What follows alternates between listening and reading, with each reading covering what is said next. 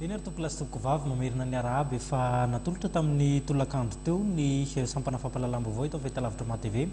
dia manasanao mpanajana naraka ny fampahalalam-baovao hatramin'ny farany ny akon'ny fanakonany volana ny masoandro na ny eclipse no maromaro entina amintsika amin'ity takariva ity akoatr'izay entina amintsika ihany koa amin'ny lafin'ny fampianarana ny fampianarana ambony zany amin'ny marimarina kokoa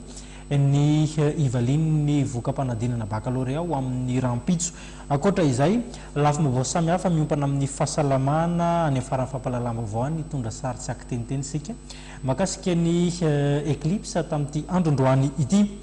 vao nanomboka nanantona tsikelikely ny masoandro ny volana tamin'ny 1 latsaka tanoany dia efa saika ny andrandra ny lanitra avokoa ireo nanana solomaso ijery ilay tranga voajanahary ny eclipse eto ny tinambara nanararoatra nanimbatsembana izany ihany koa ny raona raha hoan'ny teto andrenivohitra sy ny manodidina.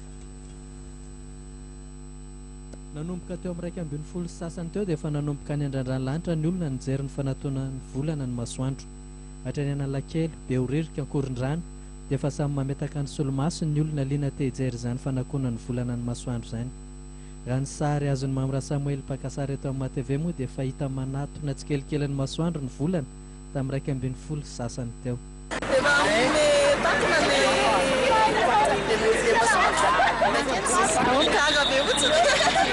Volana sy masoandro. Sady atao zany le solomaso dia maninona manao solomaso mijery an'izay zavatra izay? Satria mitaratra be izy dia mahajamo.